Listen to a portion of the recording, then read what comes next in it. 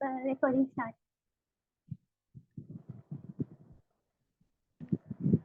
ज्ञानतिमिरान्धस्य ज्ञानाञ्जनशलाकाय चक्षुरुन्मिलितं येन तस्मै श्रीगुरवे नमः। वाञ्छाकल्पतरुभ्यश्च कृपासिन्धुभ्येव च पतितानां पावनेभ्यो वैष्णवेभ्यो नमो नमः। जय श्री कृष्ण चैतन्य प्रभु नित्यानंद श्री अद्वैत गदाधर शिवासादि गौर भक्तवृंद। हरे कृष्णा कृष्ण कृष्णा हरे हरे, हरे राम राम राम हरे हरे। तो लास्ट क्लास में हम लोग ने देखा था कि कैसे श्रील रूप गोस्वामी श्री चैतन्य महाप्रभु से मिलते हैं और फिर चैतन्य महाप्रभु उन्हें कुछ शिक्षा देते हैं, जिसके आधार पर 10 दिन तक वो गंगा जी के दशमेधा घाट पर उनको शिक्षा देते हैं। तो इसके बाद यहाँ पर जो सनातन गोस्वामी है वो तो अटक गए, वो तो नहीं जा पाते हैं शिला रूप गोस्वामी के साथ। शिला रूप गोस्वामी तो बहाना करके अपनी नौकरी छोड़ के वहां से निकल जाते हैं, लेकिन जो सनातन गोस्वामी है वो वहां पे अटक जाते हैं। तो वो क्या करते हैं, वो वहां पर अपनी जो जॉब है उसमें वहां पे वो अर्जी दे देते हैं कि वो मेडिकल लीव पे है, यानी वो बीमार है और वो यहाँ घर पर वो बहुत सारे ब्राह्मणों को बुलाकर श्रीमद् भागवतम का कथा सुनते हैं, पाठ करवाते हैं, जिससे कि वो भागवतम को अच्छी तरह समझ पाए। तो इस तरह घर में श्री सनातन गोस्वामी नवाब को झूठ बोलते हैं, जो वहाँ का रूलर है नवाब, मुस्लिम रूलर, उसको झूठ बोलते हैं और घर में वो भागवतम का पाठ कर रहे होते हैं। और शिला रूप गोस्वामी तो श्री चैतन्य महाप्रभु से मिल लेते हैं प्रयाग में, लेकिन यहाँ पे ये अटक जाते हैं। इनको नवाब का जो है वो बहुत ज्यादा अटैचमेंट है श्री सनातन गोस्वामी से, तो जिसके कारण वो उनको कभी भी छोड़ता नहीं है, माने उनको वो अपने छोटे भाई की तरह समझता है। तो आज हम ये देखते हैं कि कैसे सनातन गोस्वामी वहां से निकलते हैं, नवाब के जो जॉब है उनका गवर्नमेंट जॉब जो है उससे वहाँ वैसे उनको कैसे छुटकारा मिलता है और कैसे वो श्री चैतन्य महाप्रभु से मिलते हैं। और फिर इसके नेक्स्ट क्लास में हम जानेंगे कि भगवान जी यानी गौर हरि उन्हें क्या शिक्षा देते हैं। तो इस क्लास में उनका कैसे मीटिंग होता है श्री चैतन्य महाप्रभु से, ये हम जानेंगे। वंदे अनंत भूतेश्वर्यम श्री चैतन्य महाप्रभु नीचो अपि यत् प्रसादत स्यात् भक्ति शास्त्र प्रवर्तक। तो हम श्री चैतन्य महाप्रभु को अपने रिस्पेक्टफुल ओबेसेंसेस पे करते हैं, क्योंकि उन्होंने उनके जो ऑपुलेंस है, उनका जो ऐश्वर्य है वो अनलिमिटेड है, और उनकी कृपा से अगर कोई लो बॉर्न भी हो, कोई शुद्र से भी नीचे जन्म का क्यों ना हो, तब भी वो भक्ति में आ जाता है भगवान गौर हरि की कृपा से। गौर हरि माने उनका रंग गौर वर्ण है और वो भगवान कृष्ण है, इसलिए हम उन्हें गौर हरि बोलते हैं। तो जय जय श्री चैतन्य, जय नित्यानंद, जय अद्वैत चंद्र, जय गौर भक्त वृंद। इथा गौरे सनातन आछे बंदी साले श्री रूप गोसालेरा पत्री अला हिना काले। यानी यहाँ पर गौड़ देश में, बंगाल को गौड़ देश बोलते हैं, तो वहाँ पर क्या है, जो सनातन गोस्वामी है उनको वो यहाँ पर पाठ करवा रहे थे श्रीमद् भागवतम का, और उन्होंने वहाँ पे अर्जी लिखकर ये लिख दिया था नवाब को अपने ऑफिस में, यानी उनका जो ऑफिस है जहाँ पर वो काम करते हैं, तो वहाँ पे उन्होंने लिख दिया था कि उनकी तबीयत ठीक नहीं है, इसलिए वो काम पर नहीं आ सकते, अपनी जॉब पर नहीं जा सकते, गवर्नमेंट का जो जॉब है उनका, इसलिए वो अपने आप को बीमार दिखा रहे थे। लेकिन यहाँ पे क्या होता है, तो ये जो नवाब है वो तो उनके बिना रह ही नहीं सकता, तो नवाब बोलता है कि नवाब क्या करता है, वो अपने वैद्य को, अपना जो डॉक्टर है, वैद्य है, उसको भेजता है सनातन गोस्वामी का हालचाल देखने के लिए कि वो क्यों इतने दिन हो गए अभी तक क्यों नहीं वापस आया, क्या हुआ, उसकी तबीयत कैसी है, ये जानने के लिए भेजता है। लेकिन यहाँ पे क्या होता है, जो वैद्य है वो आकर देखता है तो घर में तो सारे लोग घर में जो है वो सारे लोग पाठ कर रहे होते हैं श्रीमद् भागवतम का, और यहाँ पर जब उसको देख लेता है कि ये तो बिल्कुल ठीक है, स्वस्थ है, तो वो जाके नवाब को बोलता है कि वो तो बीमार है नहीं। और यहाँ पर नवाब क्या करता है कि वो खुद जाता है देखने को, जब ये बीमार नहीं है तो ये क्यों नहीं आ रहा है। तो यहाँ पे आकर देखता है तो सनातन गोस्वामी तो बिल्कुल ठीक है, उनको तो कुछ हुआ ही नहीं है। और वो ये देखकर हैरान हो जाते हैं कि घर में जो है सारे लोग बैठ के ये पाठ करें, तो वो समझ जाते हैं कि इनकी इच्छा नहीं है नौकरी करने की। तो वो कैसे बोलते हैं कि आप क्यों मतलब क्यों मुझे वापस ज्वाइन नहीं करना चाहते हैं। तो नवाब नवाब के बीच और उनके बीच जो होता है बातचीत, तो हम उसको सुनेंगे। तो कैसे वो बोलते हैं नवाब को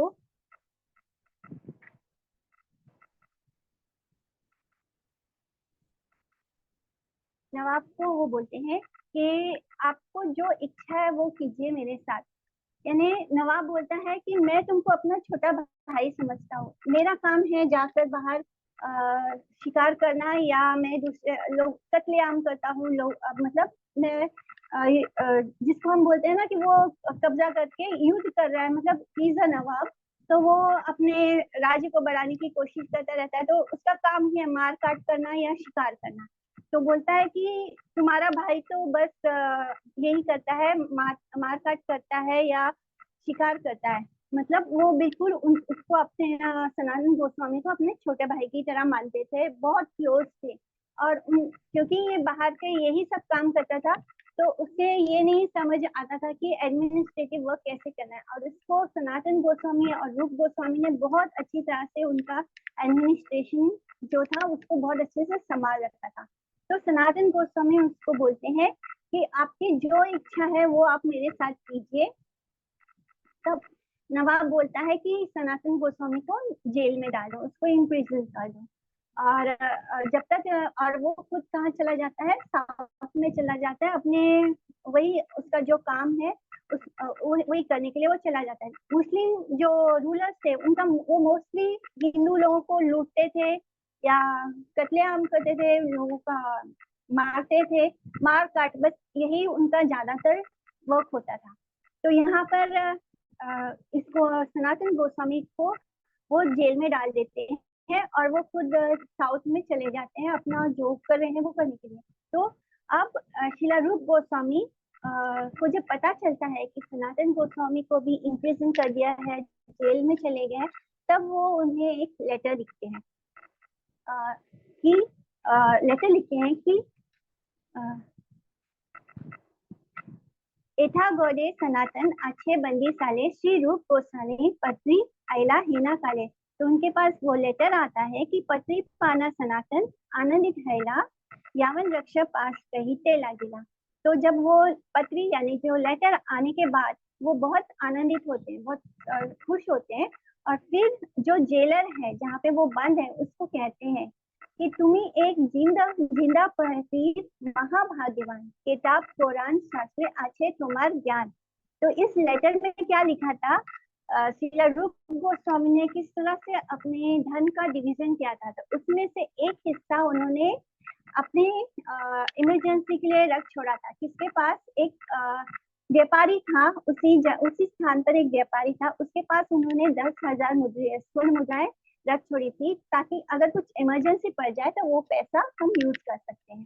तो यही बात उन्होंने लेटर में लिखा था और कहा था कि जब आप किसी तरह ये पैसे देकर जेलर को वहां से छूट जाए, उसको ब्राइब करके निकल जाओ।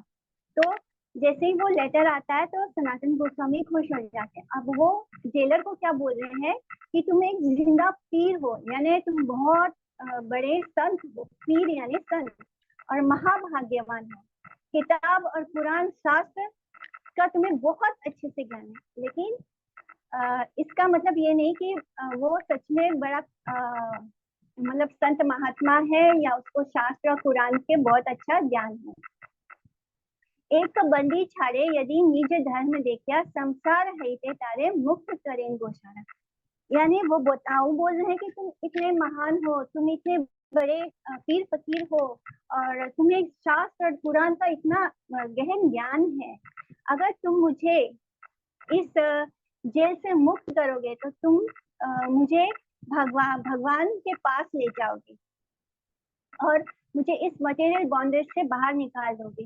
यानी सनातन गोस्वामी स्पिरिचुअल लेवल पर बोल रहे हैं कि एक व्यक्ति को जब हम इस शरीर से मुक्त करते हैं, इस मटेरियल वर्ल्ड से मुक्त करते हैं, तो हम उसको भगवान की तरफ ले जाते हैं, तो ये बहुत पुण्य का काम होता है। लेकिन ये जो जेलर है, ये तो मटेरियल है, ये ना तो इतना पढ़ा लिखा है, ना तो उसे कोई शास्त्र का ज्ञान है। लेकिन जो सनातन गोस्वामी है उसको ऐसे पटा रहे हैं कि जिससे कि उसकी झूठी तारीफ कर रहे हैं, जिससे कि वो उनकी बातों में आ जाए।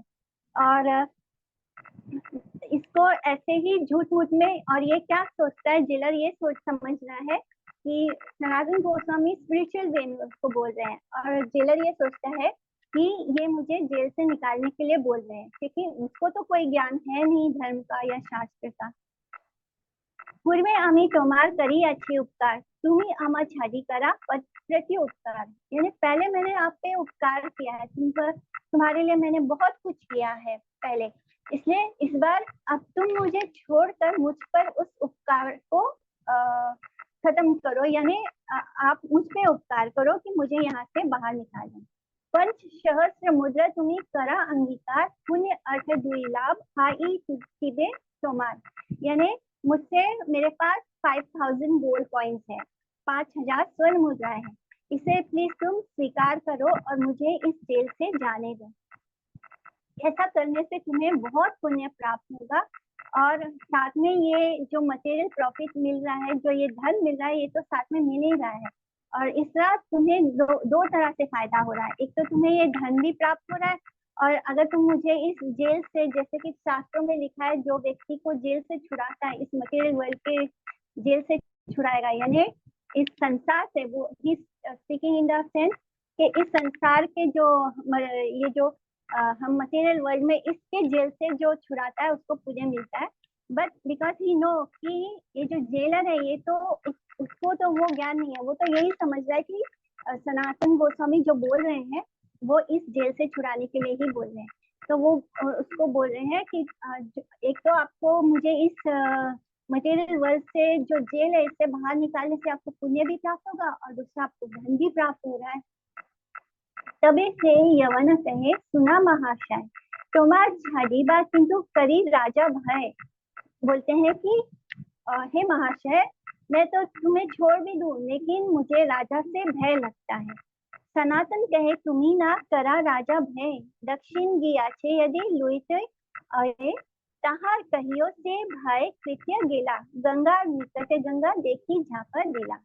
यानी कि वो सनातन बोलते हैं कि देखो कोई डेंजर की बात नहीं है, नवाब जो है वो साउथ चले गए, अब वो इतनी जल्दी वहां से वापस नहीं आएंगे। आप उनको बोल देना कि सनातन गंगा तट पे गया था लघु शंका के लिए, और वहां पे जोर से गंगा नदी में की लहर आई और वो उसमें जंप कर गया एंड ही डाइड, ऐसे बोलना है उसको। तो अनेक देखिला का लाग न पाइला, दादू का सहिता दुबी कहाँ वही गेला। तो और उनको इससे बोल देना कि हम लोग ने बहुत उनको ढूंढने की कोशिश की, लेकिन उनका कोई निशान नहीं मिला। उन्होंने जो हथकड़ी पहनी थी उसके साथ ही वो जंप कर गए थे गंगा नदी में, जिसके कारण उसके भार से वो उसके अंदर डूब गए, और समुद्र की लहरें उन्हें कहीं ले गई है। क्योंकि लोहा अगर हम पहनेंगे तो लोहा का जो डेंसिटी है वो वाटर की डेंसिटी से ज्यादा होता है। तो जब अगर ऐसे वजन चीज के साथ हम कूदेंगे नदी में, तो ऑब्वियसली हम डूब जाएंगे। तो सनातन उनको सब बता रहे हैं क्या बोलना है, कैसे करना है। किचु भय नाही अमी ई देशे ना रावा, डरा वेश हाना अमी मक्का के आईबा। तो बोलते हैं कि आपको डरने की कोई बात नहीं, there is no reason to fear, आपको भय की कोई बात नहीं है। मैं इस देश में नहीं जाऊंगा, मैं एक मेडिकेट हूँ, मैं एक दरावेश हूँ, यानी मैं एक फकीर हूँ, और मैं यहाँ से जाने के बाद सीधा मक्का जाऊंगा। तो बिकॉज इनको पूरी तरह से मुस्लिम बना दिया गया था, उनको नाम भी मुस्लिम दे दिया गया था, तो ये अच्छी खासी उर्दू भी जानते थे, फारसी भी जानते थे। तथापि यवन मना प्रसन्न न देखिला, 7,000 मुद्रा तार आगे राशि केला। सनातन गोस्वामी देखते हैं कि ये जो मीन टीचर है वो अभी भी उसको सेटिस्फेक्शन नहीं मिला है 5,000 स्वर्ण मुद्रा देख के। तो उन्होंने क्या किया, अब उनके सामने पूरे 7,000 स्वर्ण मुद्राएं दे दिए। लेकिन मीट ईटर यानी जो ये यवन है, यवन का मतलब होता है मीट ईटर। मुस्लिम लोगों को हम लोग भारत देश में यवन बोलते हैं। इनफैक्ट संस्कृत में श्रीमद् भागवतम में भी जो मुस्लिम होते थे उनको यवन कहा जाता है। तो व्हेन द मीट ईटर, जो जब उन्होंने यवन ने देखा कि इतने सारे सिक्के देखे, तो वो उससे लालची हो गया और फिर उसने क्या किया, सनातन गोस्वामी, उसने उसी रात सनातन गोस्वामी को उनकी हथकड़ियों से मुक्त किया और उन्हें गंगा नदी क्रॉस करने दिया। तो इस तरह वो वहां पे उसको ब्राइब करते हैं बड़े बुद्धिमानी तरीके से। तो यहाँ पे हमने एक चीज सीखी है कि जब हम कोई काम श्री कृष्ण के लिए या गुरु के लिए करते हैं तो हमें ये समझना होगा कि सही और गलत कुछ नहीं होता। सही ये है कि जब वो काम श्री कृष्ण के लिए होता है तो वो धर्म हो जाता है, एंड जब वो चीज हमारे पर्सनल सेंस ग्रेटिफिकेशन के लिए हम करते हैं तो वो अधर्म हो जाता है। तो यहाँ पे हमने देखा कि सनातन गोस्वामी क्या कर रहे हैं, ब्राइब कर रहे हैं गलत तरीके से, वो जेल से बाहर भाग रहे हैं। लेकिन ये गलत नहीं है, क्योंकि वो किससे मिलने के लिए जा रहे हैं, श्री चैतन्य महाप्रभु से, जो स्वयं श्री कृष्ण है। तो इस तरह जब हम कोई काम श्री कृष्ण के लिए करते हैं तो वो सही हो जाता है।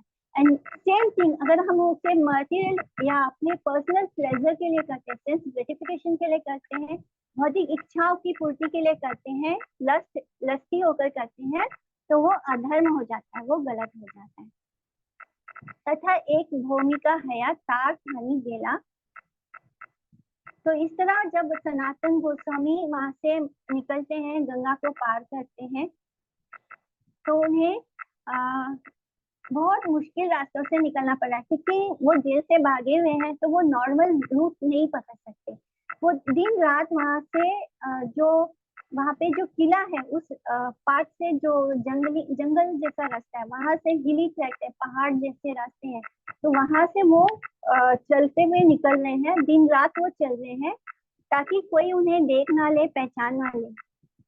और फाइनली वो कहाँ पहुंचते हैं, पाटड़ा पहुंचते हैं। ये एक हिली ट्रैक है जो बिहार के साइड में आता है। तथा एक भूमिका हयाता खानी गेला, पर्वत पार करा अमृति करीला। तो वो पाटड़ा पहुंचने के बाद वहां पर एक लैंडलॉर्ड से मिले और उनसे बहुत विनती करते हैं कि मुझे ये जो पहाड़ी इलाका है इसको क्रॉस करवा दो, क्योंकि वो जो रास्ते से निकले हैं उस रास्ते में का उनको कोई ज्ञान नहीं है और वो पूरा ऊंचा नीचा पहाड़ी इलाका है। तो वो उसको बोलते हैं कि मुझे ये रास्ते से क्रॉस करवा दीजिए। एक लैंडलॉर्ड यानी एक जमीन का एक मालिक है, वहां पे इसका भूमि है, उसको बोलते हैं, क्योंकि उनको लगता है कि ये व्यक्ति जो है ये जानता है, यहाँ पे इस लोकेशन को पूरी अच्छी तरह से जानता है। से भुनारा संगे हया हाथ गणिता, भुनार कने कहे से जानी ई कथा। तो वहां पर वो एक व्यक्ति मिलता है जो पामिस्ट्री यानी वो हाथ देखता है बहुत अच्छे से। उस लैंडलॉर्ड के साथ वो ज्योतिष यानी जो हाथ देखने वाला है वो भी उसके साथ रहता है। वो सनातन गोस्वामी का कुछ समझ जाता है और कुछ उस लैंडलॉर्ड के कान में विस्पर करता है, तो कुछ बोलता है। इहा थानी सुवन मेरा अस्ता मोहर हया, सुनी आनीता भुना सनातन ने कया। तो यहाँ पे वो बोलते हैं, वो उनके हाथ की लकीर को पढ़ लेता है और क्योंकि वो ज्योतिष है तो बहुत अच्छे से समझ जाता है कि सनातन गोस्वामी के पास कुछ स्वर्ण मुद्राएं हैं। और यहाँ पे ये लोग लालची हो जाते हैं, क्योंकि वो एक सुनसान जगह पर, वो जो लैंडलॉर्ड है वो एक सुनसान जगह पर है और ये लोग का एक बिजनेस होता है कि कोई मुसाफिर अगर उधर आता है या कुछ महल लेने के लिए आता है तो ये लोग क्या करते हैं, ये उसको लूटते हैं। और इसलिए उसने एक ज्योतिष को अपने साथ रखा है जो ये बता देता है कि इसके पास क्या क्या धन संपत्ति है। तो वो पामिस्ट बोलता है कि ये जो सनातन है इसके पास 8 सोने की मुद्राएं हैं। वहां तो उसके सारे सोने की मुद्राएं उन्होंने जेलर को दे दी। अब उनके पास सिर्फ 8 गोल्ड कॉइन्स है और वो पामिश समझ जाता है कि इनके पास 8 स्वर्ण मुद्राएं हैं। और ये सुनकर जो लैंडलॉर्ड है, जो उस जगह का मालिक है, वो बहुत खुश हो जाता है और वो सनातन गोस्वामी को बोलता है कि रात्रे पर्वत पार करीबन नीचे लोक दिया, भोजन करा तुम्ही रंधन करिया। रंधन यानी कुकिंग। तो जो लैंडलॉर्ड है वो बोलता है कि मैं आपको ये जो हिली ट्रैक है इसको मैं रात के समय आपको पार करवा दूंगा। मेरे जो लोग हैं, मेरे पास जो कुछ आदमी है वो आपको इसमें हेल्प करेंगे। अभी आप अपने लिए कुछ लंच प्रिपेयर कर लो, कुछ खाना बना लो। ईटा बलि अन्न लीला करिया सम्मान सनातन असी तबे कैलाश नदी स्नान। तो ये बोलकर उन्होंने उनको कुछ अनाज दिया जिससे कि वो अपने लिए खाना बना सके। और फिर सनातन क्या करते हैं, वो वहां पर जो रिवर साइड है वहां पे जाकर वो स्नान करते हैं। दुई उपवास से कैला रंजन भोजने राज मंत्री सनातन विचारिला मने। और 2 दिन से वो, क्योंकि वो वहां से भागे थे, जेल से निकले थे, तो 2 दिन से बिल्कुल चल ही रहे थे, लगातार वो चल रहे थे और एकदम भूखे प्यासे थे। तो उन्होंने 2 दिन के भूखे थे, उन्होंने स्नान किया, फिर भोजन प्रिपेयर किया और फिर उसको पाया। तो लेकिन वो कौन थे, पिछले पहले वो एक नवाब के यहाँ पे एक मिनिस्टर थे। और अभी जो वो सिचुएशन में है वो बिल्कुल अलग है, एकदम अजीब है। इतने मुश्किलों से वो उस जगह पर पहुंचे हैं, खुद खाना भी बना रहे हैं, कहाँ तो उनके पास नौकर चाकर भरे हुए थे। तो अभी वो सिचुएशन के बारे में सोच रहे हैं कि कोई भी इंसान अचानक से बहुत ऊपर हो और अचानक उसके सारे मटेरियल ऐश्वर्य सब कुछ खत्म हो जाए, तो कैसे। यहाँ पर इन्होंने खुद ही चीज को स्वीकार किया है, लेकिन फिर भी मन में ये विचार आता ही है। तो ई गुना केने मोरा सम्मान करेला, एता चिंती सनातन ईशा ने पूछिला। ये जो फॉर्मर मिनिस्टर है नवाब के, सनातन, उन्हें डिप्लोमेसी समझ आती थी क्योंकि वो मिनिस्टर है। उन्हें पता है कि कोई भी आपको इतना सम्मान, क्योंकि अभी वो जिस कंडीशन में है ना, तो उनके पास अच्छे ढंग के कपड़े हैं और ना ही वो मिनिस्टर के लेवल पे है, फिर भी ये जो लैंडलॉर्ड है ये बहुत ही सम्मान दे रहा है। वो उनको अनाज भी देता है, खाना बनाने के लिए भी, और बहुत अच्छे से मिठास से बात भी कर रहा है। नॉर्मली जिनके पास पैसा नहीं होगा, धन नहीं होगा, तो लोग उनको ठीक से पूछते नहीं है।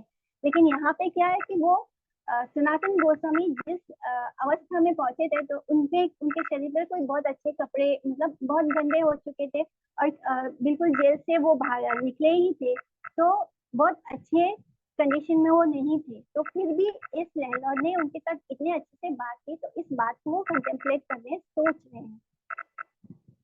और उनके साथ उनका एक सर्वेंट भी था। तो ये सब कुछ अरेंजमेंट रूप गोस्वामी ने कर दिया था। तो उनके साथ एक सर्वेंट था उनका, ईशान नाम का, वो भी उनके साथ था। तो वो ईशान को पूछते हैं कि आखिर ये हमको इतना रिस्पेक्ट क्यों दे रहा है। तुम्हार थानी जाने किछु द्रव अच्छा है, ईशान कहे मोरा थानी सात मोहरा है। तो वो ईशान को पूछते हैं क्या तुम्हारे पास कुछ स्वर्ण मुद्राएं हैं। तो वो बोलता है ईशान कि हाँ मेरे पास 7 मुद्राएं हैं। एक्चुअली में उसके पास 8 मुद्राएं हैं। सनातन फिर ये सुनकर सुनी सनातन तारे करीला भत्सन संगे केने आनियाचे ई काल यम। ये सुनकर सनातन गोस्वामी बहुत गुस्सा करते हैं ईशान को, क्योंकि वो सब कुछ देख कर निकले थे, वहां से सब कुछ छोड़कर निकले थे। लेकिन जो ईशान था उसने अपने पास 8 मुद्राएं स्वर्ण की रख ली थी। वो बोलते हैं सनातन गोस्वामी कि तुम इस काल को, इस यम को, यम यानी इस मृत्यु को क्यों अपने साथ ले आए हो। तबे से ही 7 मोहर हंसते थे करिया भुनारे काछे याना कहे मोहर धरिया। तब वो बोलते हैं, वो उसके हाथों से 700 गोल्ड कॉइन्स लेते हैं और जो लैंडलॉर्ड है उसको जाकर देते हैं और बोलते हैं ई 7 स्वर्ण मोहर अचिला अमर इहा लाना धर्म देखी पर्वत करा पार। तो बोलते हैं उसको, जो लैंडलॉर्ड है वो समझ जाते हैं कि जरूर इसके मन में धन का लालच है, इसलिए ये हमारे साथ इतने अच्छे व्यवहार कर रहा है। और जब उन्हें पता चलता है कि ईशान जो उनका नौकर है, जो उनका सर्वेंट है, उसके पास स्वर्ण मुद्राएं है, तो उससे वो स्वर्ण मुद्राएं ले लेते हैं और फिर उसको लैंडलॉर्ड को दे देते हैं और बोलते हैं कि मुझे इस जो हिली ट्रैक है इसको पार करवा दीजिए, ये जो स्वर्ण मुद्रा है इसको आप अपने पास रख लीजिए। तो राजबंदी आमी गदाद्वारे ऐसे न पारी पुण्य हबे पर्वत आमा देहा पार करी। बोलते हैं कि मैं राजा का बंदी हूँ और मैं इस नॉर्मल रास्ते से नहीं जा सकता, इसलिए मुझ पर कृपा करो और मुझे इस पर्वत को पार करवा दो। इसलिए वो माउंटेन ट्रैक से क्रॉस करना चाहते हैं। गुना हसी कहे अमी जानी अच्छी पहले अष्टमोहर हया कुमार सेवक आज चले। तो वो लैंडलॉर्ड स्माइल करते हुए बोलता है कि मुझे पहले ही पता था कि आपका जो ये सर्वेंट है इसके पास 8 स्वर्ण मुद्राएं हैं। तोमा मारी मोहल्ला ईसामा अजिकार रास्ते भाल हैला कैला तुम्ही छुटी लान पाप है।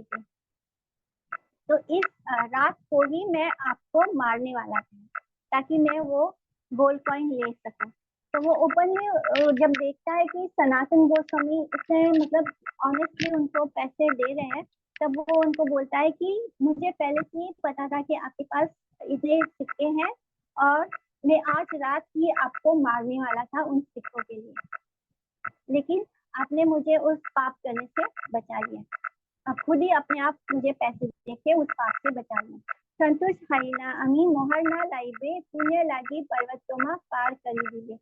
तो जब कोई वैष्णव होता है बहुत शुद्ध, जब सोल बहुत शुद्ध होता है, आत्मा जब शुद्ध होती है, जब हम किसी ऐसे व्यक्ति के सामने होते हैं तो बुरा से बुरा पापी भी अपने आप ही उसके अंदर अच्छाई आ जाती है, ऑटोमेटिकली उसका इफेक्ट सामने वाले पे पड़ जाता है। तो ये जो व्यक्ति है ये तो इसका काम ही है, जो लोग उसके यहाँ ठहरते थे तो धन की लालच में वो उसको मार देता था और एक से सुनसान जगह पे वो रहता था जिससे कि वो पकड़ा भी नहीं जाता था, किसका मार के कहीं भी फेंक दो, किसी को पता भी ना चले। तो लेकिन जब वो सनातन गोस्वामी को देखता है कि ये अपने आप बड़ी ईमानदारी से मुझे पैसे धन दे रहा है, तो वो कहता है कि मैं आपके इस व्यवहार से बहुत संतुष्ट हुआ हूँ, इसलिए मैं ये गोल्ड कॉइन अब एक्सेप्ट नहीं करूंगा और मुझे आपको इस हिली ट्रैक यानी ये जो पहाड़ी इलाका है इसको पार कराने से पुण्य भी प्राप्त होगा। वो समझ जाता है कि ये बहुत ही पुण्य आत्मा है। गोसानी कहे केहा द्रव लाइबे आमा मारी अमार प्राण रक्षा करा द्रव्य अंगीकारी। बोलते हैं कि अगर आप ये सिक्के नहीं स्वीकार करेंगे तो कोई और मुझे इन सिक्कों के लिए मार देगा और मुझे इस जो डेंजर है इससे मुझे बचा लो और ये सिक्के जो है वो आप स्वीकार करें।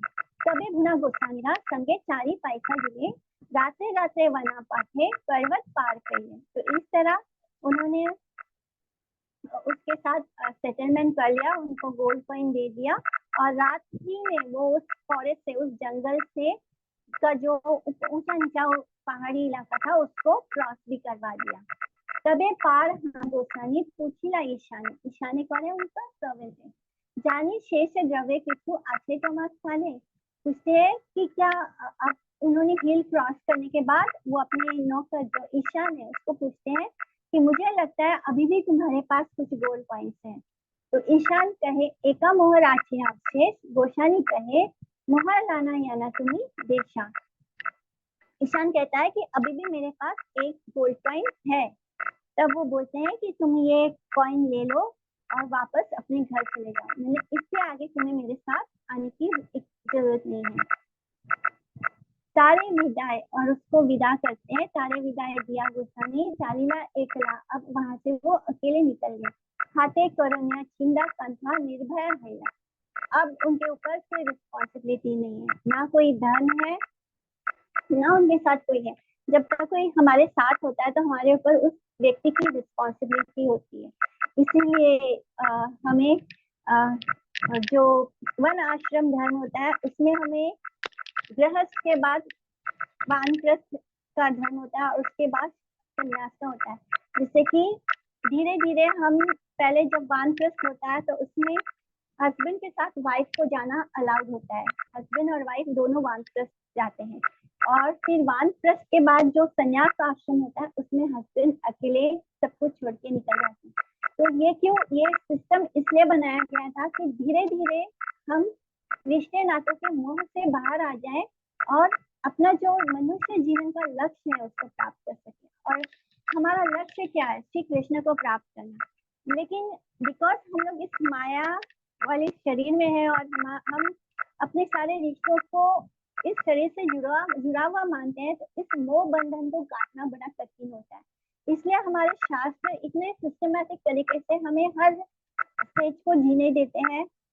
हम स्टूडेंट लाइफ, ब्रह्मचारी लाइफ में होते हैं, उसके बाद हम गृहस्थ लाइफ में आते हैं, उसके बाद हम वानप्रस्थ में क्योंकि तभी जो वाइफ होती है वो हस्बैंड पे डिपेंडेंट होती है, इसलिए वहां भी वाइफ को और हस्बैंड को वानप्रस्थ में जाने अलाउड होता था। वहां पे जाके वो अलग अलग अपनी जो भक्ति है, जो साधना है उसको करते हैं।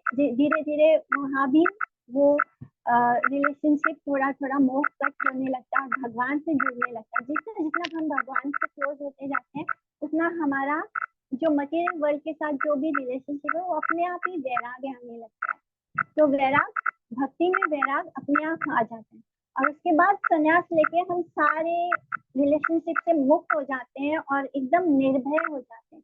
निर्भय तभी हो पाते हैं जब हम हमारे रिस्पॉन्सिबिलिटी से मुक्त हो जाते हैं। जब तक हम पर किसी का रिस्पॉन्सिबिलिटी होता है तब तक ही भय लगा रहता है कि उसको कुछ हो ना जाए, उसको संभालना है।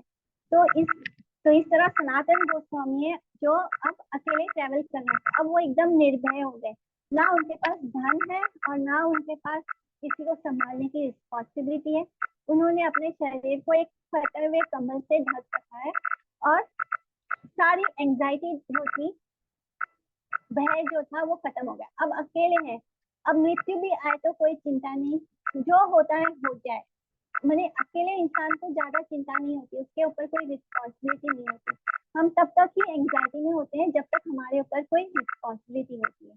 तो अब ये सारे एंजाइटी से रिलीफ हो गए हैं। कोई डर नहीं है, कोई भय नहीं है, कोई धन नहीं है, कोई संपत्ति नहीं है, कुछ भी, कोई मिनिस्टर भी नहीं है वो कहीं के, अब कुछ भी नहीं है, अब कोई रिस्पॉन्सिबिलिटी नहीं है। तो बिल्कुल निर्भीक होकर वो निकल पड़े। चली चली गोसानी तबे आयला हाजीपुरे, संध्या काले वसीला एका उद्यान की तरह। तो चलते चलते वो एक जगह पहुंचे जिसका नाम है हाजीपुर, और वहां पर एक उद्यान यानी यहाँ पर एक गार्डन बना हुआ था। एक सिटी पहुंच गए हाजीपुर और वहां पर एक गार्डन बना हुआ है, और उस गार्डन में जाकर वो इवनिंग के समय, रात हो रही है तो वहां जाकर वो बैठ जाते हैं रात बिताने के लिए। से हाजीपुरे रहे श्रीकांत तार नाम, गोसानीरा भगिनी पाती करे राजा काम। तो हाजीपुर में एक श्रीकांत नाम का व्यक्ति रहता है जो सनातन गोस्वामी को देख लेता है, और वो सनातन गोस्वामी के हस्बैंड जो सिस्टर है उसके हस्बैंड को जानता है। वो कौन? क्योंकि वो जो उनका क्या बोलते हैं, सनातन गोस्वामी के जो जीजा हैं, क्योंकि उनकी बहन की शादी उससे हुई है, तो वो वहां पर गवर्नमेंट सर्विस में है। उस जमाने में गवर्नमेंट सर्विस यानी सारे नवाब के यहाँ पे जो मुस्लिम राजा होते थे उनके यहाँ पे काम करते हैं। तो वो गवर्नमेंट सर्विस में काम करते हैं, जिनके साथ सनातन गोस्वामी की सिस्टर का विवाह हुआ था। और श्रीकांत नाम का व्यक्ति देख लेता है सनातन गोस्वामी को, और वो जाकर उनके जीजा को बता देता है। 3 लाख मुद्रा राजा दिया के राजस्थानी, घोड़ा मूल्य लाना पठाया पाठशाल स्थानी। जो श्रीकांत है उसके पास 3 लाख गोल्ड कॉइन्स है जो उसे वहां के एम्परर ने दिया है ताकि वो घोड़ों को खरीद कर ला सके। और श्रीकांत का क्या काम है? तो ये जो श्रीकांत है ये ही उनका जीजा है, और ये हाजीपुर में काम करते हैं गवर्नमेंट के। वहाँ पे जो एम्परर है, जो नवाब है, उसने उनको 3 लाख गोल्ड मुद्राएं दी है ताकि वो जाकर अच्छे नस्ल के घोड़ों को खरीद कर ले आए। और श्रीकांत का यही काम है कि वो अच्छे घोड़ों को खरीद कर नवाब को दे आता है। तुंगी के ऊपर वसी से गोसानी देखना, रात्रे एक जना संगे गोसानी पास आएगा। तो वो देखते हैं कि किसी एलिवेटेड प्लेस पे टुंगी ऊपर श्रीकांत ने देखा कि सनातन गोस्वामी बैठे हैं, और रात में वो किसी सर्वेंट को के साथ वो साथ लेकर सनातन गोस्वामी के पास जाते हैं। द्विजना मिली तथा इष्ट गोष्ठी कैला, बंधन मोक्ष कथा गोस्वामी सकाली कैला। तो ये दोनों मिलते हैं, माने सनातन गोस्वामी श्रीकांत जो कि उनके जीजन है उनसे मिलते हैं और फिर अपने अरेस्ट होने की और वहां से भाग निकलने की सारी कथा उनको बताते हैं। तेनो कहे दीना दुई रस ई स्थाने, भद्र हाओ छाड़ा ई मलिन वासाने। तो श्रीकांत बोलते हैं कि सनातन गोस्वामी को कि आप यहाँ 2-3 दिन रुक जाइए और मतलब इतना गंदा हालत हो गया आपका, तो ये सब कुछ छोड़कर एक जेंटलमैन की तरह, भद्र लोगों की तरह अच्छे कपड़े पहने और ये जो गंदे हो गए आपके कपड़े इनको चेंज कर लीजिए। गोसानी कहे एका क्षण इया ना रही बा, गंगा पार करी देहा ई क्षणे चली बा। बोलते कि मैं एक क्षण भी यहाँ नहीं रुकना चाहता, मुझे गंगा पार करा दो, मैं बस यहाँ से इमीडिएटली निकलना चाहता हूँ। यत्न करी तेनो एका भोटा कंबल दिला, गंगा पार करी दिला गोसानी चली। तो सबसे छुपते छुपाते हुए श्रीकांत उनको एक बहुत अच्छा वूलन ब्लैंकेट लाकर देता है और उन्हें गंगा पार कराता है। बिकॉज उनको अच्छा नहीं लगता कि ये कहा तो इतने बड़े मिनिस्टर थे और अब उनको ऐसे फटे पुराने गंदे मैले कुचले कपड़ों में देखते हैं तो उनको अच्छा नहीं लगता। तो ये तो कपड़े बदलने के लिए तैयार नहीं होते हैं, तब वो उनको किसी तरह एक ब्लैंकेट लाकर देते हैं जो बहुत अच्छा महंगा वाला ब्लैंकेट है, वो उनको किसी तरह कन्विंस करके दे देते हैं और उनको गंगा पार करा देते हैं। तबे वाराणसी गोसानी अला काटा दीना, सुनी आनंदिता हेला प्रभुरा आगमनी। तो इस तरह कुछ दिन के बाद सनातन गोस्वामी वाराणसी पहुंचते हैं और चैतन्य महाप्रभु ये सुनकर बहुत खुश होते हैं कि सनातन यहाँ आ चुके हैं। चंद्रशेखर घरे असी द्वारिका वसीला, महाप्रभु जानी चंद्रशेखर कहिला। सनातन गोस्वामी वहां से, क्योंकि चैतन्य महाप्रभु तो स्वयं कृष्ण है, तो उन्हें ऑटोमेटिकली पता चल जाता है कि श्री सनातन गोस्वामी यहाँ वाराणसी आ चुके हैं। तो घर के चंद्रशेखर नाम के एक व्यक्ति हैं जिनके घर में श्री चैतन्य महाप्रभु रुके हुए थे, तो वो बोलते हैं चंद्रशेखर को, और जो सनातन गोस्वामी है उन्हें श्रीला रूप गोस्वामी से सारी खबर मिल गई थी कि सनातन श्री चैतन्य महाप्रभु कहाँ रुके हैं। तो सनातन गोस्वामी भी वाराणसी पहुंचने के बाद चंद्रशेखर के घर पहुंचते हैं और बाहर दरवाजे पर बैठ जाते हैं। उनकी हालत बहुत खराब है क्योंकि ये बहुत दिनों से ट्रैवल कर रहे हैं, उनके कपड़े फट चुके हैं और बिल्कुल मैले कुचले हैं, भिखारियों जैसी उनकी हालत है, यानी दाढ़ी इनकी पूरी बड़ी हुई है और बिल्कुल गंदे से हालत में है और वो बाहर दरवाजे पे बैठ जाते हैं। मैंने अभी उनको देखकर कोई नहीं बोलेगा कि ये सनातन गोस्वामी है। तो और अंदर श्री चैतन्य महाप्रभु अपने आप इस बात को फील कर लेते हैं कि बाहर सनातन आए हैं और चंद्रशेखर को बोलते हैं, श्री चैतन्य महाप्रभु बोलते हैं कि द्वारे एक वैष्णव हया बोला हा ताहारे, चंद्रशेखर देखे वैष्णव नहीं का द्वारे। बोलते हैं कि जाओ बाहर जाके द्वार पर देखो कोई वैष्णव आया है, उसको अंदर लेकर आओ। तो चंद्रशेखर बाहर जाकर देखते हैं तो बाहर उन्हें कोई वैष्णव दिखता नहीं है, ये तो बिल्कुल भिखारी जैसे कंडीशन में है, बहुत बुरे हालत में है। तो वो नहीं समझते कि ये ही उनके बारे में बोल रहे हैं। वो अंदर जाके बोलते हैं कि कोई वैष्णव नहीं आया है पास में। द्वारे पे वैष्णव नहीं प्रभु दे कहिला, यह है करी प्रभु तहा किसिला। तो प्रभु पूछते हैं कि ठीक है वैष्णव नहीं आया तो कौन आया है हमारे द्वार पे। तो तेनो कहे एकादरा वेशा अच्छे द्वारे, सारे आना को प्रभुरा वाक्य कहिला ताहारे। तो चंद्रशेखर आकर अंदर बोलता है कि बाहर एक मुस्लिम फकीर आके बैठा हुआ है, मैंने कोई वैष्णव नहीं आया, एक मुस्लिम फकीर बैठा हुआ है। तो श्री चैतन्य महाप्रभु बोलते हैं कि इमीडिएटली तुरंत उसको अपने अंदर घर में ले आओ। और फिर चंद्रशेखर सनातन गोस्वामी को बोलते हैं जो अभी भी बाहर दरवाजे पे बैठे हैं कि प्रभु तुम्हारे बोलाया ऐसा डरा वेशा, सुनी आनंद ने सनातन करीला प्रवेशा। कि बिना परमिशन सारी रिकॉर्डिंग स्टॉप हो गई है ना, तो हम ऑडियो में रिकॉर्ड कर लेते हैं। तो जब चैतन्य महाप्रभु उन्हें देखते हैं सनातन गोस्वामी को, तो वो बहुत प्रेम उनके अंदर उमड़ पड़ता है और उनको बहुत जोर से आलिंगन करते हैं। प्रभु स्पर्श से प्रेमाविष्टा हैला सनातन मोरे ना चुनिया कहे गड़ा गड़ा वचन। तो वो बोलते हैं कि नहीं नहीं मुझे मत स्पर्श कीजिए। सनातन गोस्वामी बोलते हैं, उनकी आवाज़ ऐसे फॉल्टर कर रही है, कंपन भरे स्वर में वो बोलते हैं कि नहीं प्रभु मुझे टच मत कीजिए, मुझे स्पर्श मत कीजिए। दुई जने गला गली रोडन अपार देखी चंद्रशेखर हैला चमत्कार। तो जिनका घर है चंद्रशेखर, वो देखकर एकदम विस्मित है, चमत्कार जैसे, मतलब उनको समझ में नहीं आ रहा। वो बहुत सरप्राइज हो गए कि क्यों चैतन्य महाप्रभु इस दरवेश को इस तरह आलिंगन कर रहे हैं, इतना प्रेम में उनके चैतन्य महाप्रभु के आंखों से भी आंसू बह रहे हैं और सनातन गोस्वामी भी बहुत रो रहे हैं।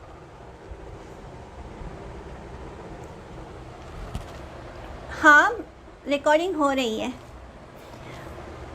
तो इस तरह सनातन गोस्वामी और चैतन्य महाप्रभु दोनों बहुत रो भी रहे हैं, प्रेम के अश्रु दोनों के आंखों से बहे जा रहे हैं और चंद्रशेखर बहुत सरप्राइज और एस्टोनिश्ड होकर उन दोनों को देख रहे हैं।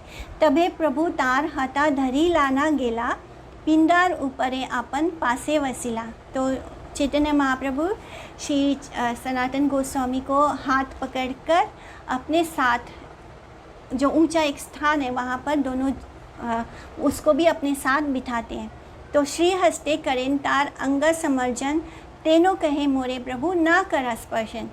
और श्री चैतन्य महाप्रभु इतने करुणामयी उनको अपने हाथ से उनके सारे ड्रेस को या क्लोथ्स को जो गंदा हुआ है उसको साफ़ कर रहे हैं, अपने हाथ से सनातन गोस्वामी के को क्लीन करने की कोशिश कर रहे हैं, उनके बॉडी से धूल साफ़ कर रहे हैं। और ये स्पर्श देख के उनका दिव्य हाथ, उनके हाथों का स्पर्श कितना दिव्य होगा। और सनातन गोस्वामी रोकने की कोशिश कर रहे हैं कि नहीं मुझे टच मत कीजिए। पहले ही उनके अंदर, दोनों भाइयों के अंदर, श्रील रूप गोस्वामी और श्री सनातन गोस्वामी के अंदर पहले ही ये फीलिंग था कि हम लोग बहुत क्योंकि हमने मुस्लिम राजा के अंदर काम किया है या नवाब के लिए काम किया है और हमारा नाम भी बदल के मुस्लिम हो गया, मतलब ऑलमोस्ट उनकी लाइफस्टाइल मुस्लिम जैसी हो गई थी। तो वो अपने आप को बहुत ही छोटा समझते थे। और यहाँ पर श्री चैतन्य महाप्रभु उनको अपने पास बिठाकर उनके सारे शरीर को साफ़ करने की कोशिश कर रहे हैं और वो बार बार उनको रोक रहे हैं कि नहीं मुझे स्पर्श मत कीजिए। प्रभु कहे तोमा स्पर्शी आत्मा पवित्रते भक्ति बले पार तुम्हें ब्रह्मांड सोडिते। बोलते हैं कि मैं तुम्हें इसलिए स्पर्श कर रहा हूँ, तुम्हें स्पर्श करने से मैं अपने आप को प्यूरिफाई कर रहा हूँ, मैं अपने आप को शुद्ध कर रहा हूँ, क्योंकि हरे कृष्णा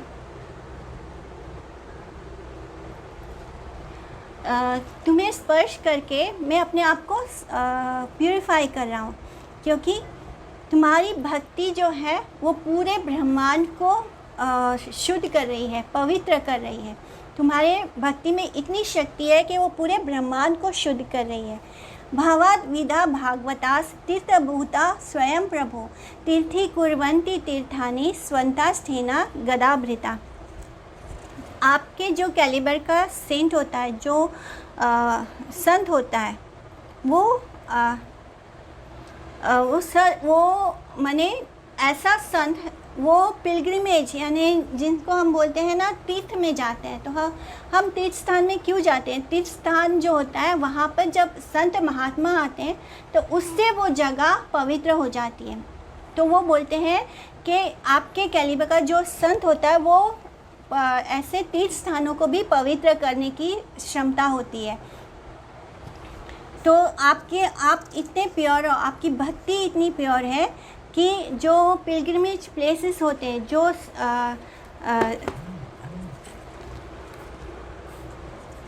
जो पिलग्रिमेज पेजेस होते हैं वो भी पवित्र हो जाते हैं। तो इस तरह वो बोल रहे हैं, क्योंकि हम लोग बोलते हैं कि हम गंगा स्नान करने जा रहे हैं या हम तीर्थ यात्रा पे जाते हैं, लेकिन जो तीर्थ हैं वो तीर्थ अपने आप को कैसे पवित्र करते हैं? वो जो संत महात्मा जब वहाँ पर इकट्ठा होते हैं, जब वो गंगा में स्नान करते हैं तो वो प्यूरिफाई हो जाता है। गंगा में तो अगर जब हमारे जैसे पापी जाते हैं तो वो गंगा में हम अपने पाप को धोने जाते हैं, लेकिन ये जो संत महात्मा होते हैं जब वो उस स्थान पर जाते हैं तो वो उन स्थानों को पवित्र करते हैं। ना मे भक्तास चतुर्वेदी मद भक्ता स्वापचा प्रिया तस्मै देयम ततो ग्रह्यम साचा पूज्यो यथा हम। यानी कि मैं इवन दो अ पर्सन, अगर कोई बहुत संस्कृत वैदिक लिटरेचर्स का स्कॉलर ही क्यों ना हो, लेकिन अगर वो भक्ति में ना हो तो वो मैंने उसको मैं स्वीकार नहीं करता। लेकिन अगर कोई डॉग ईटर स्वापचा यानी जो डॉग ईटर्स होते हैं वो चांडाल, अगर कोई चांडाल के फैमिली में भी हो लेकिन अगर वो कृष्ण भक्ति कर रहा हो तो वो मुझे बहुत प्रिय होता है। तो भगवान ऐसे बोलते हैं कि जो अगर चांडाल के घर में होकर भी मेरी भक्ति कर रहा है तो वो मुझे बहुत प्रिय है, लेकिन अगर कोई ब्राह्मण होकर भी मेरी भक्ति नहीं कर रहा तो वो मुझे स्वीकार नहीं है। तो इस तरह हरि भक्ति विलास में ये श्लोक आता है। तो यहाँ पर श्री चैतन्य महाप्रभु बोलते हैं कि तोमा देखी तोमा स्पर्शी गाए तोमार गुण सर्वे इंद्रिया फला ई शास्त्र निरूपण। यानी तुम्हें देखकर, तुम्हें स्पर्श करके, तुम्हारे गुणों को गाने से, तुम्हारे ग्लोरिफिकेशन करने से मैं अपने सेंसेस को परफेक्ट कर रहा हूँ और इसलिए मैं ऐसे कर रहा हूँ। ये श्लोक आता है, ये हरि भक्ति सुधोदय में ये वर्स आता है कि तुमा देखी तुमा स्पर्शी अक्षनो फलम त्वदृशा दर्शनम ही तनो फलम त्वादृशा गत्र संगा जीवा फलम त्वादृशा कीर्तनम ही सुदुर्लभ भागवत ही लोके। यानी एक वैष्णव, माय डियर वैष्णव, जिससे कि देखने से हमारी जो आँखें, जब हम एक शुद्ध वैष्णव के दर्शन करते हैं तो हमारी आँखों का होना परफेक्ट होता है। हमारे नेत्र जो है उनका क्या काम होना चाहिए, उन्हें शुद्ध वैष्णव के दर्शन करने चाहिए। जब हम ऐसे किसी वैष्णव के चरणों को स्पर्श करते हैं तो हमारा जो सेंस ऑफ टच है वो प्यूरिफाई होता है। हमारी जो जो भगवान ने हमें स्पर्श करने की शक्ति दी है वो प्यूरिफाई होता है। जब हम किसी वैष्णव का गुणगान करते हैं, उनकी ग्लोरिफिकेशन करते हैं, तो हमारे टंग्स का जो रियल एक्टिविटी है वो क्या है, वैष्णव जनों का गुणगान करना। और इसलिए जब भी हम कोई प्योर डिवोटी को देखें तो उनको ग्लोरीफाई करने से, क्योंकि इस मटेरियल वर्ल्ड में प्योर भक्त, भगवान का जो शुद्ध भक्त है उसको पाना बहुत कठिन है। जो कि हमने लास्ट क्लास में देखा था कि एक प्योर भक्त कितना मुश्किल से, कितने मनुष्य योनि में, कितने लोगों के बीच में जाके कोई एक दुर्लभ होता है जो शुद्ध भक्त होता है। तो ऐसा एक शुद्ध भक्त पाना बहुत कठिन है। एता कही कहे प्रभु सुना सनातन, कृष्ण बड़ा दयामय पतित पावन। तो यहाँ पे श्री चैतन्य महाप्रभु बोल रहे हैं कि आपके जैसे वैष्णव को स्पर्श करने से, तुम्हें तोमा देखी तोमा स्पर्शी, आपको देखकर, आपको स्पर्श करके, आपका गुण गा के मेरे जितने भी इंद्रिय हैं उनका फल पूरा हो गया। जो स्क्रिप्चर्स बोलते हैं, जो शास्त्र निरूपण करते हैं, वो पूर्ण हुआ कि मैंने अपने सारे इंद्रियों को परफेक्ट कर लिया। तो श्री चैतन्य महाप्रभु बोलते हैं सनातन गोस्वामी को कि कृष्ण ने बहुत कृपा की और उन्होंने सारे, कृष्ण इज़ वेरी मर्सीफुल, और वो सारे जो फॉलन पतित पावन हैं, वो सारे जो गिरे हुए आत्मा हैं उनको मुक्त करते हैं, उनको डिलीवर करते हैं। और बोलते हैं कि महारौरवा, यानी वो बोल रहे हैं कि जो आपका पहले का कंडीशन था वो क्या था, महारौरवा। जैसे कि हमने पढ़ा था ना कि नर्क होता है महारौरवा, जहाँ पे जब हम किसी जीव की हत्या करते हैं तो हमें उस नर्क को भोगना पड़ता है, जिसका नाम है महारौरवा। तो महारौरवा है ते तुम्हा करीला उद्धार, कृपार समुद्र कृष्ण गंभीर अपार। कृष्ण बहुत दयामय हैं, उन्होंने आपको महारौरवा जैसे नर्क से बाहर निकाल दिया। वो समुद्र है, कृपा का समुद्र है, जिन्होंने आपको इतने बुरे एक्टिविटीज़, यानी जब कोई इंसान बुरा काम कर रहा है और उसका साथ भी देते हैं हम बुरे कर्म करने वालों का, क्योंकि ये नवाब के लिए काम कर रहे थे, तो बिल्कुल जो बुरे काम वो नवाब कर रहा था तो उसका सारा फल श्री सनातन गोस्वामी और रूप गोस्वामी को भी भुगतना पड़ रहा था, क्योंकि वो उनका साथ दे रहे थे। तो महारावा जैसे पाप से श्री कृष्ण ने उनको बाहर निकाल दिया। सनातन कहे, कृष्ण आमी नहीं जानी, आमार उद्धार हेतु तोमार कृपा मानी। बोलते हैं कि सनातन बोलते हैं कि मैं कृष्ण को नहीं जानता, मेरे उद्धार के हेतु मैं बस आपकी ही कृपा को मानता हूँ। आपने ही मुझे उस जेल से बाहर निकाला, ये बस आपकी कृपा है, मैं कृष्ण को नहीं जानता। तो एक जो डिसाइपल होता है, यहाँ पे ये शिक्षा मिल रही है कि एक डिसाइपल जो होता है, जो एक शिष्य होता है, वो बस उसके लिए जो उसके गुरुदेव होते हैं वही कृष्ण है। कृष्ण हमें हमारे गुरुदेव के रूप में मिलते हैं, और जब गुरु की कृपा होती है, जब गुरु हम पर कृपा करते हैं, जब वो हमसे खुश होते हैं, तो ये मानना चाहिए कि कृष्ण हमसे सुखी हैं, कृष्ण हमसे संतुष्ट हैं। तो यहाँ पे सनातन बोल रहे हैं कि मैं कृष्ण को नहीं जानता, मुझ पर ये कृपा आपने की है, आपसे मिलने के कारण ही मैं वो जो जेल है उससे बाहर निकल पाया, ये जो माया का जो जेल है उससे मैं बाहर निकल पाया। केमने छुटीला बलि प्रभु प्रश्न कैला, अद्योपांत सभा कथा तेनो सुनैला। तो अब जैसे हम किसी से मिलते हैं तो वो हमारा हालचाल पूछते हैं, तो ऐसे ही चैतन्य महाप्रभु पूछ रहे हैं कि कैसे तुम वहाँ से जेल से बाहर निकल कर आए। तो सनातन गोस्वामी अपने निकलने की सारी कथा उनको सुनाते हैं। प्रभु कहे, तोमार दुई भाई प्रयाग में लीला, रूप अनुपम दुने वृंदावन गेला। तो अब उनको बता रहे हैं कि मुझसे रूपा गोस्वामी और अनुपम जो उनके दोनों भाई थे वो मुझसे प्रयाग में मिले, और अब मैंने उन दोनों को वृंदावन भेज दिया है। तपन मिश्रेरा आर चंद्रशेखरे, प्रभु आ गया सनातन मिलेला दोनहारे। तो इस तरह श्री चैतन्य महाप्रभु वहाँ पर जो तपन मिश्रा है उनसे, और चंद्रशेखर जिनके घर में वो रुके थे उनसे, दोनों से उनका इंट्रोडक्शन करवाते हैं। और फिर तपन मिश्रा तबे तारे कैला निमंत्रण, प्रभु कहे शौरा करहा यहाँ सनातन। तो तपन मिश्रा बोलते हैं कि आप मेरे घर आओ, और घर आकर प्रसाद पाने के लिए उनको इनविटेशन देते हैं। तब श्री चैतन्य महाप्रभु बोलते हैं कि जाकर इनको, क्योंकि इनके जो दाढ़ी है, बाल हैं, बियर्ड है, वो बहुत बढ़ चुके थे और वो बिल्कुल अलग से लग रहे थे। तो अब वो उनको बोलते हैं कि इसको सब ठीक से शेव करवा के, स्नान करा के, अच्छे से कपड़े, वस्त्र आदि दिया जाए श्री सनातन गोस्वामी को। तो चंद्रशेखर प्रभु कहे, बोलाना ई वशे दूरा करा, यहाँ रहलाना। तो श्री चैतन्य महाप्रभु बोलते हैं कि चंद्रशेखर को बुला कर लाइए और बोलिए कि सनातन गोस्वामी को साथ ले जाए, और इनको अच्छे से जो वस्त्र होते हैं, साफ़ सुथरे वस्त्र दीजिए पहनने के लिए, और इनके जो दाढ़ी बाल जो बढ़ गए हैं इनको क्लीन करवाइए, शेव करवाइए। भद्र करान तारे गंगा स्नान करेला, शेखर आनिया तारे नूतन वस्त्र दिला। तो इसलिए चंद्रशेखर क्या करते हैं, वो सनातन गोस्वामी को जेंटलमैन का लुक देने के लिए उनको गंगा नदी में ले जाते हैं। वहाँ पे वो स्नान करते हैं, और फिर आकर उनको नए कपड़े पहनने के लिए देते हैं, नए वस्त्र देते हैं। तो इसी तरह शीला प्रभुपाद सभी वैष्णव जनों को जो प्रीचिंग करते हैं उनको यही बोलते हैं कि उनको क्लीन शेव होना चाहिए, और बाल भी नहीं लंबे रखने हैं।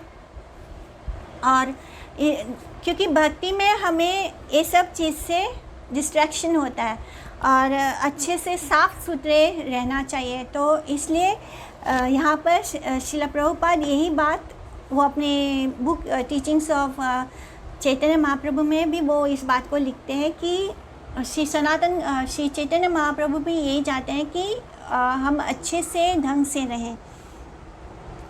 से वस्त्र सनातन न कैला अंगिका, सुनिया प्रभु मने आनंद अपार। तो जो नए नए वस्त्र लाकर श्री चंद्रशेखर सनातन गोस्वामी को देते हैं, तो सनातन गोस्वामी उसको स्वीकार नहीं करते। तो ये सुनकर श्री चैतन्य महाप्रभु हैप्पी होते हैं, आनंदित होते हैं।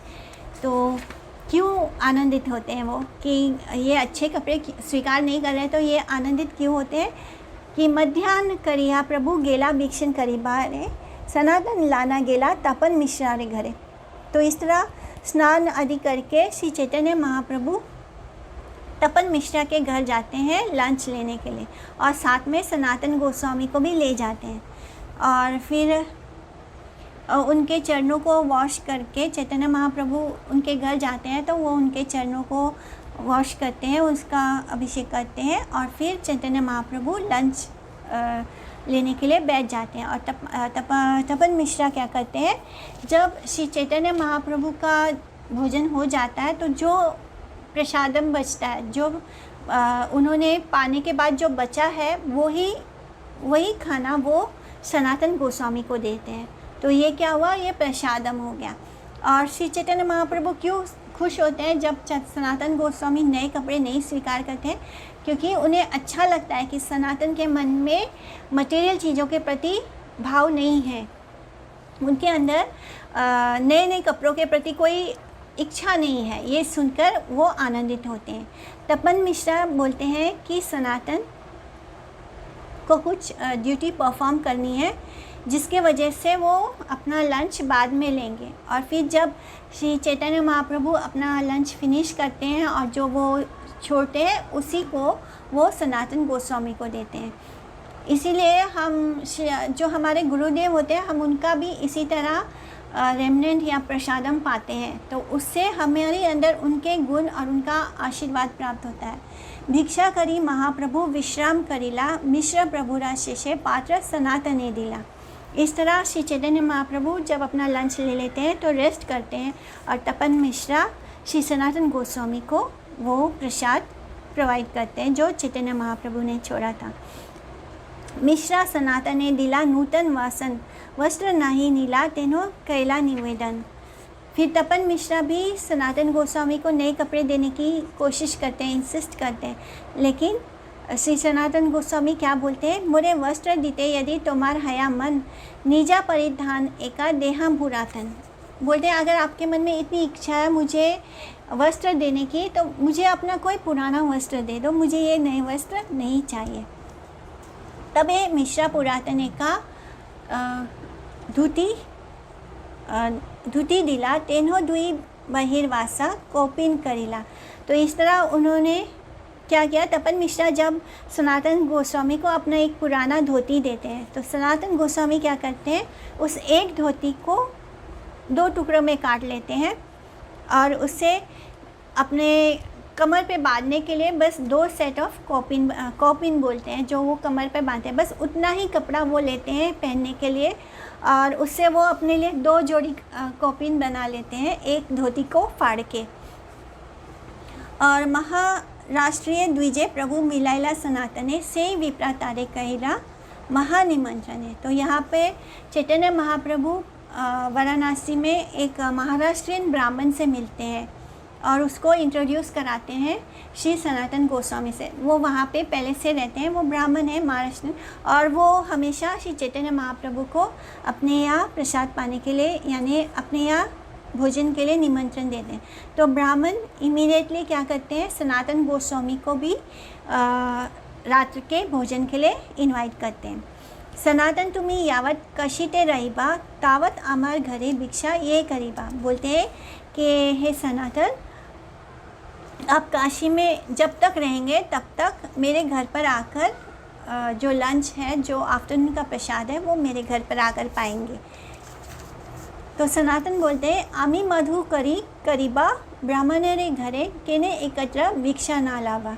यानी वो एक साथ किसी के घर भोजन नहीं करेंगे, मतलब वो मधुकरी करेंगे। मधुकरी क्या होता है कि घर घर जाकर थोड़ा थोड़ा भोजन स्वीकार करना। जैसे हनी बी होता है, हनी बी क्या करता है, वो हर फूल से थोड़ा थोड़ा पराग लेता है, थोड़ा थोड़ा हनी लेता है। इसी तरह जो संत होते हैं, जो भिक्षा करते हैं, उन्हें एक साथ एक घर से पूरा भोजन नहीं लेना है, उन्हें थोड़ा थोड़ा सब घर से थोड़ा थोड़ा भोजन लेना है।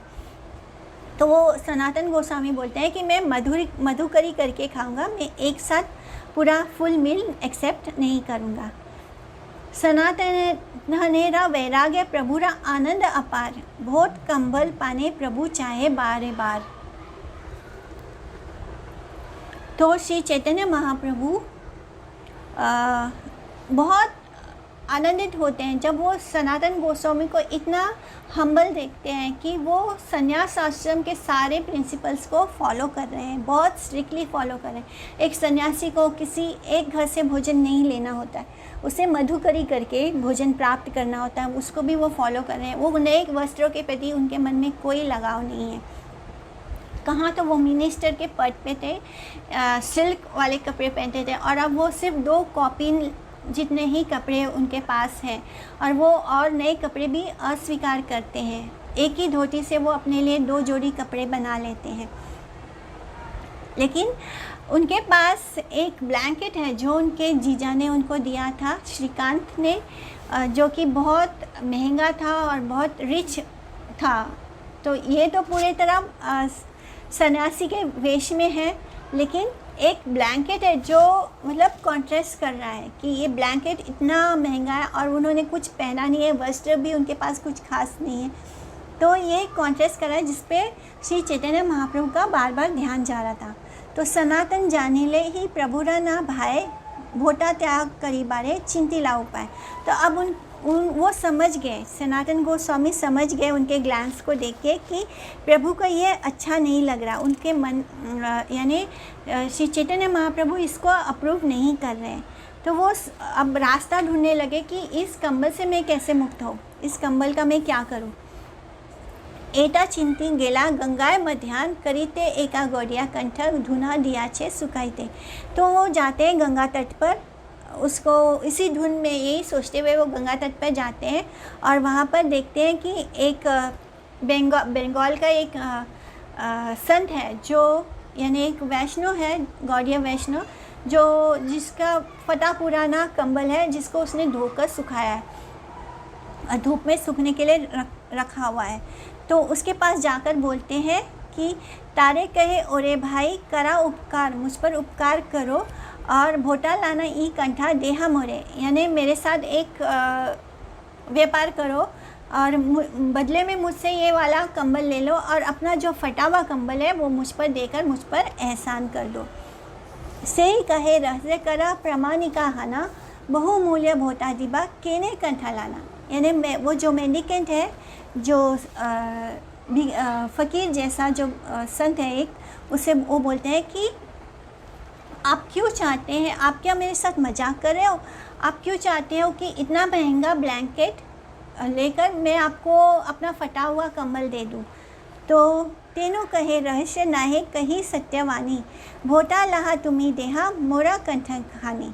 यानी ये कोई रहस्य नहीं है, मैं बस आपसे सच बोल रहा हूँ, मैं कोई मजाक नहीं कर रहा। आप मेरा ये जो कंबल है इसको लेकर जो आपका जो कंबल है वो मुझे एक्सचेंज कर दो। एटा बली कंठा लाइला भोटा तारे दिया, कोसा नीरा थानी आइला कंठा गाले दिया। तो ये बोलकर सनातन गोस्वामी उनके साथ अपना ब्लैंकेट जो है वो एक्सचेंज कर लेते हैं और फिर वो वापस घर आते हैं और चैतन्य महाप्रभु देखते हैं। प्रभु कहे तुम्हार भोटा कंबल कोठा गेला, प्रभु पदे सभा कथा गोसा नहीं कहला। तो देखकर जब उनके कंधे पर वो फटा हुआ कंबल देखते हैं तो चैतन्य महाप्रभु उनको पूछते हैं कि तुम्हारा वो जो महंगा वाला कंबल था वो कहाँ गया। तो सनातन गोस्वामी उनको पूरी स्टोरी सुनाते हैं, कथा बताते हैं। प्रभु कहे इहा अमी करी अच्छी विचार, विषय रोग खंडेला कृष्ण ये तोमार, से केने राखी बा तोमार शेष विषय भोग, रोग खंडी सद वैद्य न रखे शेषा रोग। तो बोलते हैं चैतन्य महाप्रभु कि मैं यही सोच रहा था कि कृष्ण बहुत कृपामयी है, उन्होंने तुम्हारे अंदर से जितने भी मटेरियल अटैचमेंट थे, जो लास्ट एक बचा था वो कंबल तुमने वो भी दे दिया। कृष्ण ने तुम्हारे अंदर से सारे मटेरियल अटैचमेंट को ख़त्म कर दिया, जो लास्ट का एक बिट एक थोड़ा सा बचा था वो भी ख़त्म कर दिया।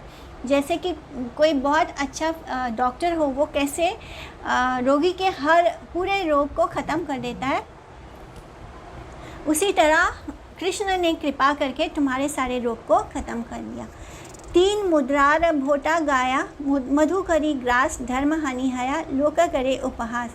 क्योंकि आप क्या कर रहे हो, आप मधुकरी करके भोजन प्राप्त कर रहे हो, लेकिन अगर आप इतना महंगा कंबल पहनकर जाकर मधुकरी करोगे तो लोग आपका मजाक उड़ाते हैं कि ये कैसा भक्ति कर रहा है। क्योंकि लोगों को तो आदत है, वो पूरा सत्य तो नहीं जानते हमारा, तो वो देखकर यही बोलते हैं कि ये किस तरह का भक्ति कर रहे हैं। वो हमेशा भक्तों के ऊपर क्वेश्चंस ज़रूर करते हैं, तो वो आपका मजाक उड़ाते हैं। गोसानी कहे ये खंडिला कुविषय भोगा, तार इच्छाएं गेला मोरा शेष विषय रोगा। तो सनातन गोस्वामी बोलते हैं कि आप स्वयं भगवान हैं और आपने मुझे इस मटेरियल एग्जिस्टेंस से, इस भौतिक संसार से मुझे आपने बचा लिया। जो मेरा पाप है, जो उससे मुझे आपने बाहर निकाल लिया।